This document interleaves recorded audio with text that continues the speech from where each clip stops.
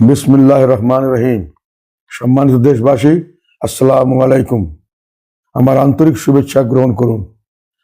আমি আজ আপনাদের সামনে এক চরম সংকটে দাঁড়িয়ে অত্যন্ত গুরুত্বপূর্ণ কিছু বার্তা নিয়ে উপস্থিত হয়েছি।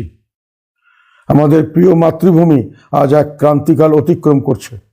একদিকে সংবিধান নিয়ে সুপরিকল্পিত প্রতারণা, অন্যদিকে সামাজিক ও রাষ্ট্রীয় বন্ধন ছিঁড়ে যাওয়ার এক ভয়াবহ দৃশ্য আমরা দেখতে পাচ্ছি।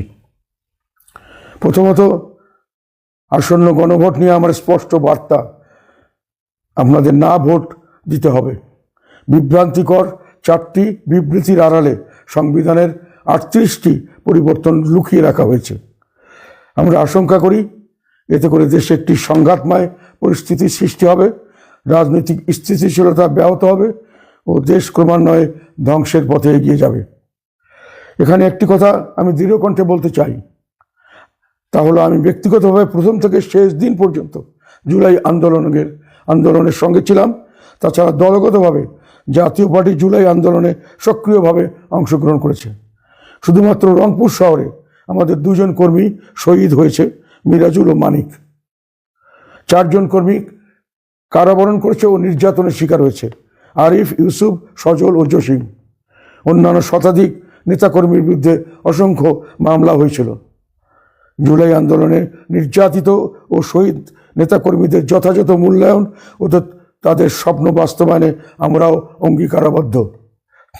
রাষ্ট্রের ও সংবিধানের সংস্কারের প্রয়োজন, এ বিষয়েও আমাদের কোনো দ্বিমত নেই। তবে আমরা বিশ্বাস করি এ সমস্ত কিছু হতে হবে সংবিধান সম্মত স্বচ্ছ প্রক্রিয়ায়, নির্বাচিত সংসদ, সরকার ও জনগণের সম্মিলিত উদ্যোগে।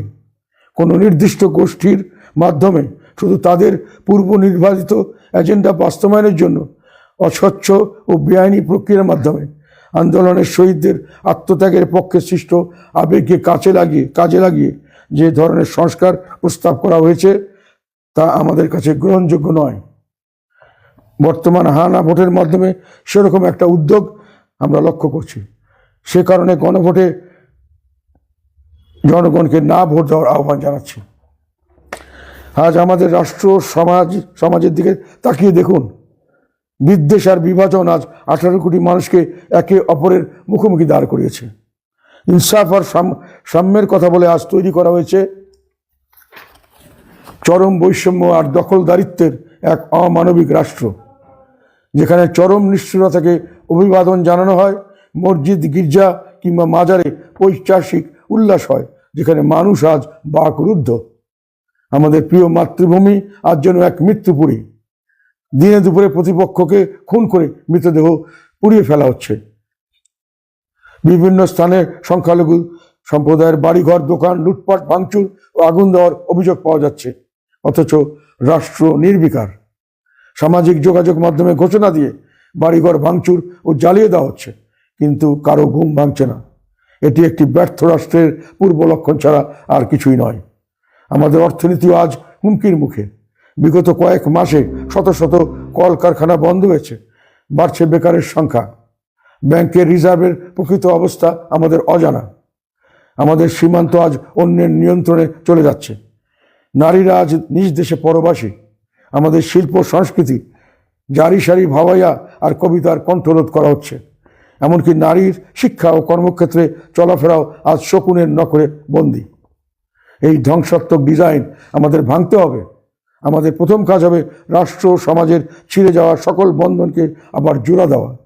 আমরা এমন এক বাংলাদেশ গড়তে চাই যেখানে একজন নারীকে তার পোশাকের জন্য হেনস্থা হতে হবে না, শিক্ষক তার ছাত্রের কাছে প্রহিত হবেন না, বাউল শিল্পী বা ভিন্ন মতের কোনো মানুষের ত্রুটি চেপে ধরা হবে না। প্রত্যেক মানুষের সমান অধিকার ও মর্যাদা প্রতিষ্ঠিত হবে।